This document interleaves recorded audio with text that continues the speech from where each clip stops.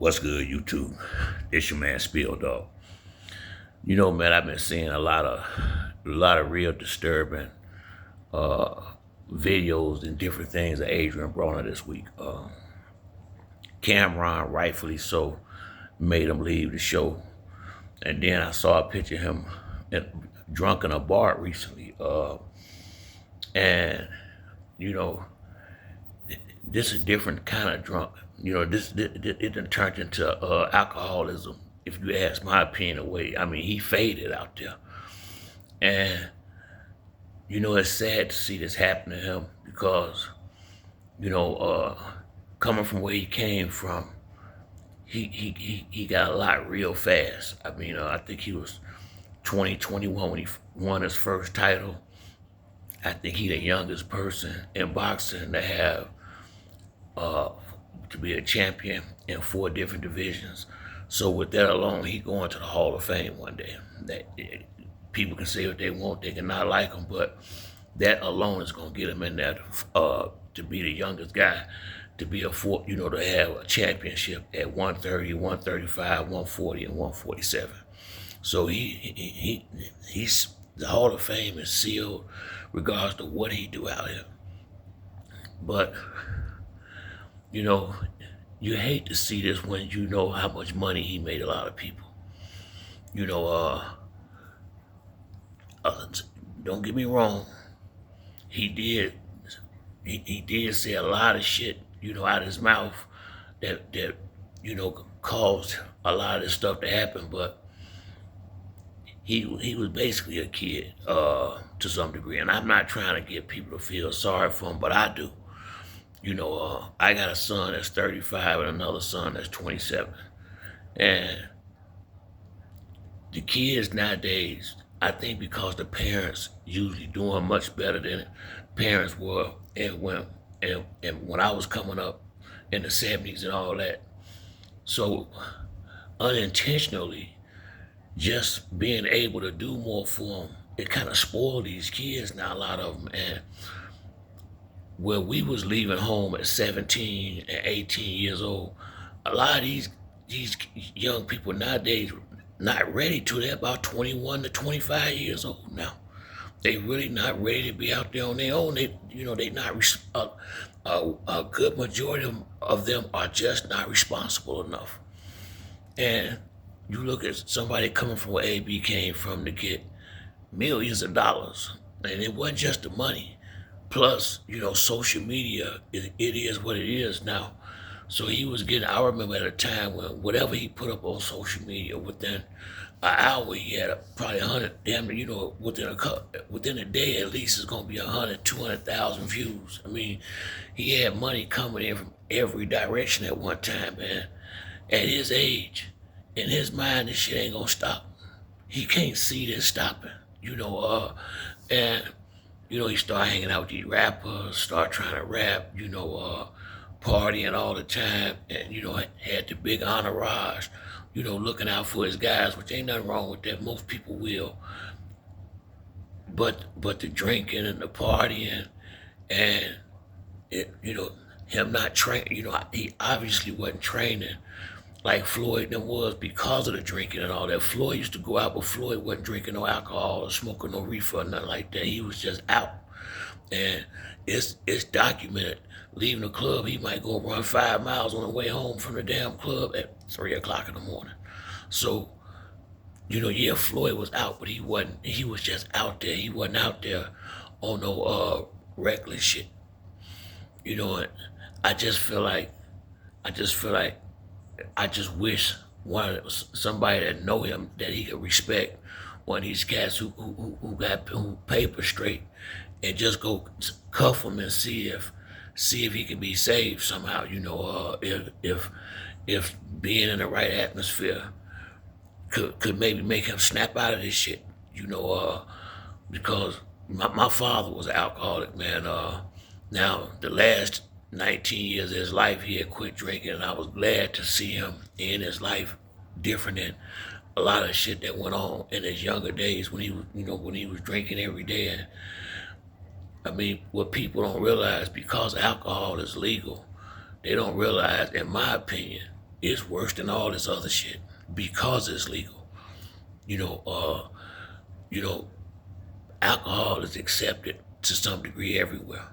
So if a person drunk or drinking too much, people tend to look over that or look at that different than they do somebody that's hooked on drugs. But more times than not, that alcohol really change a motherfucker, man.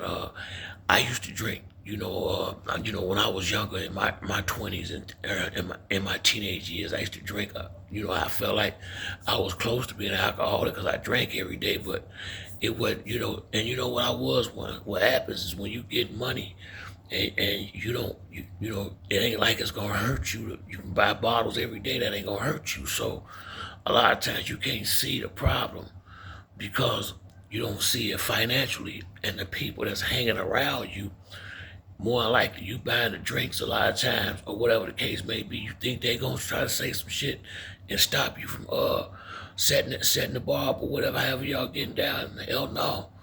And I had a bad experience one night, man. I ran up on I'm talking about a big motherfucker in a club talking crazy and got fucked up, and the shit can happen. And I know how to get busy, but if I ain't drinking, I don't even try this motherfucker without no gun. This was a big motherfucker, and a gangster. It wasn't no chump. But I'm saying it to say this: that alcohol will make you, the alcohol will fuck you up and have you doing some real bogus shit. And I'm looking at him out there like that. It's almost like he crying out for help and ain't nobody listening. I'm sure the friends, he still got money.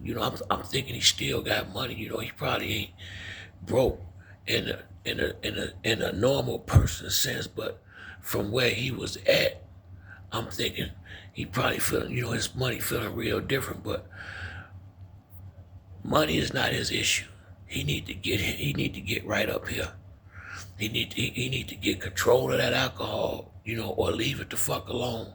Probably leaving it alone is probably just the only way to get control of it. And not, I don't know if he believe in God or not, but if he do, this would be a good time to start really trying to either get acquainted with him or reacquaint yourself with him, and get on his knees and start praying and try to ask God what he want him to do. Because honestly, man, I always liked Adrien Broner. Yeah, he went over the top a lot of times. He talking crazy, but once again, he was basically, he was 21, 20. He was a young, from my age group. He was a kid. When I see a guy in between teenager and about 24, 25 to me, unless he came up a certain way, they, like Brian Norman Jr. carry himself like a man, just an example. But a lot of these guys are still real silly and immature until they damn near 30 now. Because a lot, now that ain't Adrien Broner, his father was there with him, but a lot of these guys raised by their mothers and stuff like that, and it take them, it's like it take them something a little longer to get caught up with the man thing, because shit, mama mean well, but it's just certain things mama can't do. It's shit you need to get from your father growing up, and it ain't nobody's fault. Like I say, can't nobody help their situation if they mother and father wasn't together or whatever went down where if their father was absent in their life, and they didn't had the opportunity to live and be around no man, and not just a man, they father, somebody that actually care a fuck about them and gonna try to lead them in the right direction, but at the same time watch him to see how a man's supposed to be moving and carrying himself.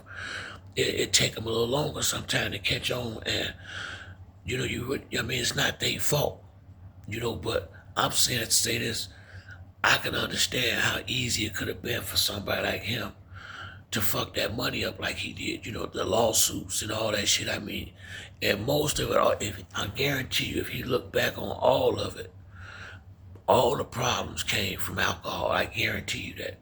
I guarantee you most of the times when he did shit and like felt on the girl at Lenox Mall and shit like that, and she sued him, I'm sure he had a couple of cocktails in him and got his friends with him gassing him up and shit like that, and to their defense, they looking at Adrien making millions of dollars in their mind. Don't make no difference what happened. He got enough money, he'll be able to get out of it as long as we ain't out here on no drugs and street shit. But them lawyers, when you got money, a case that an average person might have to get them five or $10,000 for, gonna cost you 150,000. Bullshit case that a public defender or any lawyer can handle for 2,500. Well, when you rich, them 2,500 might be 200,000. And yeah, I might be exaggerating a little bit, but that's how it's gonna go, because if you got deep pockets, they want you to do shit so they can reach in them. And I just feel like, now, I don't know Adrien personally or none of these other people, so maybe what I'm hoping or asking somebody to do may have been, maybe they tried it already, but I know when they launched the PBC, Adrien Broner was the biggest thing on a roster, because not just his boxing, but his social media presence, his personality. I mean, he had it all going. If he could have stayed focused and stayed working and not got caught up into the bullshit, he could have really, really made some real noise. And I think the biggest mistake he made was not signing with Floyd. He might have had to go through some whole shit with Floyd, but Floyd would have kept him winning and probably would have kept him on track, because he looked up to Floyd at the time and had respect for him. And he don't drink and do drugs or none of that shit.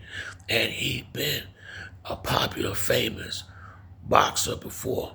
He was the perfect person to really mentor him through this shit, but he was too busy trying to be a boss himself, AB, and he was young, and them couple of million, you gotta think a guy that young get a couple million for doing something he just like doing anyway, boxing.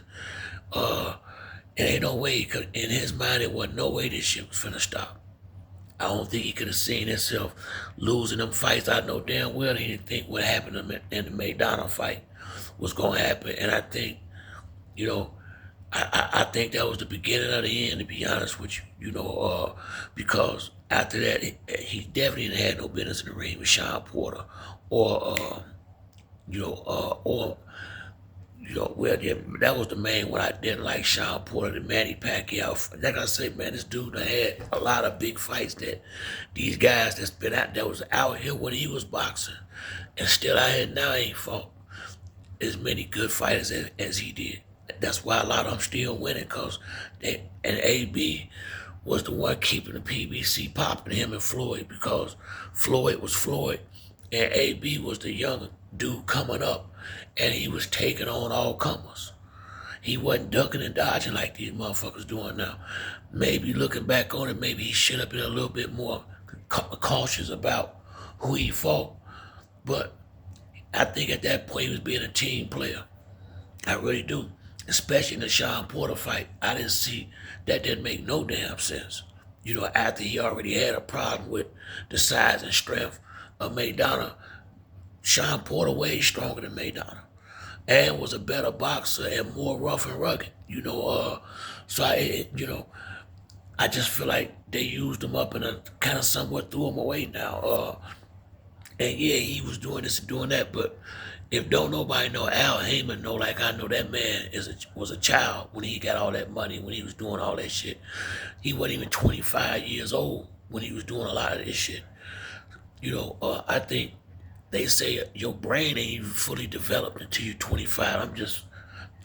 But bottom line, what I'm saying is, anybody my age and up, they know that boy wasn't ready for all that shit. It was just too much, too fast. But that's the way it was going. And once again, maybe they tried to get people to help him, and he ran them off.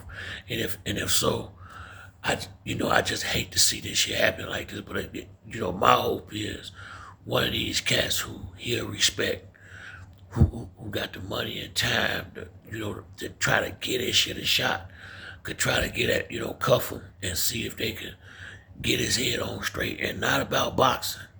He need to find Christ. He need to get God in his heart and his life, so God can help him fight these demons, that alcohol. Because it looked like he can't do it on his own. Because he got to know that shit holding him back at this point. There ain't no way he don't know it. But it could be a situation where he can't stop it. And, you know, sometimes going to jail can be the best thing that happened to some motherfuckers. It saved my life when I was young. That shit can save your life depending on what direction you're going in at the time. Sometimes dudes either finna get killed or get a long fucking time when you drinking and out there in the streets and got guns and doing all this stuff. One night of losing your of not holding your shit together, you can do some real fucked up shit and gotta spend the next 20 to 25 in a cage or end up in a motherfucking graveyard somewhere with some dirt threw over you for the final chapter. It's that easy. So I just hope, man, I hope somebody can, if they haven't already, find in their heart to at least reach out to the young brother and see if they can take him out of wherever he at and see if it's any way he can still be saved. It could be too late. It could be too late, and I'm hoping it not, because it's not, because, I hate to see him out here like this. Straight up, he was the one that introduced Tank to Floyd, and all that, to Tank's defense. Tank fighting, he got a lot of shit of his own going on. He ain't got time for that probably right now. AB crossed Floyd one time too many, I think. So I just don't think Floyd can do it. So I don't know, man. I just hate to see the young brother out there like that, man. I'm a big boxing fan. I love the sport. I seen it change a lot of people's life that wouldn't have had a lot of options otherwise. So I know how good boxing has been to a lot of people, definitely in the black community and the Latino community. Like I said, a bunch of my Mexican homies, they either used to box professional, or got their kids boxing it. They about that shit just like we is. And you just hate to see somebody who had, not only did he have a shot, he actually got his hands on that real money, and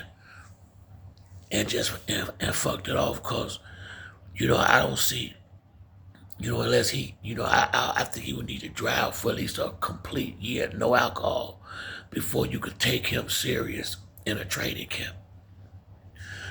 AB's like the type that could be doing real good, but get one beer or something and he off to the races.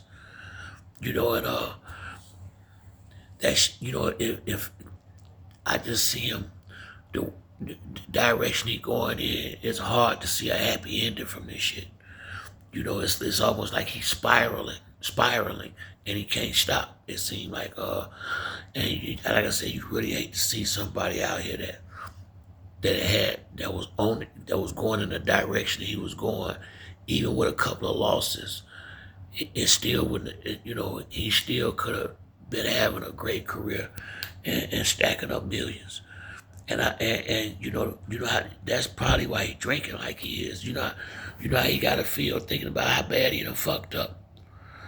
There's people that go outside. There's people that go, like, I don't know where people live at, but where I used to live at, people gamble and everything outside. Motherfucker be sick when they go outside and lose 1,000 or 2 in a crap game. So imagine a motherfucker that was right there where he could be touching 5 and 10 million a fight, and that shit gone.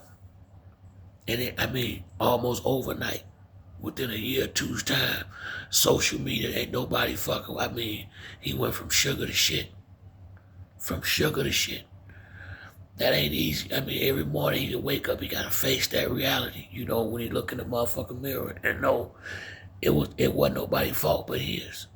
That's a hard motherfucker. Sometimes don't make no difference if you did it or not. That's a hard motherfucking pill to swallow sometimes, straight up. So like I say, man, just hopefully somebody go out there and help the brother. But that's it for me on this video. If you like the video, hit the like and subscribe. Till the next time, it's your boy Spill Dog. I'm out.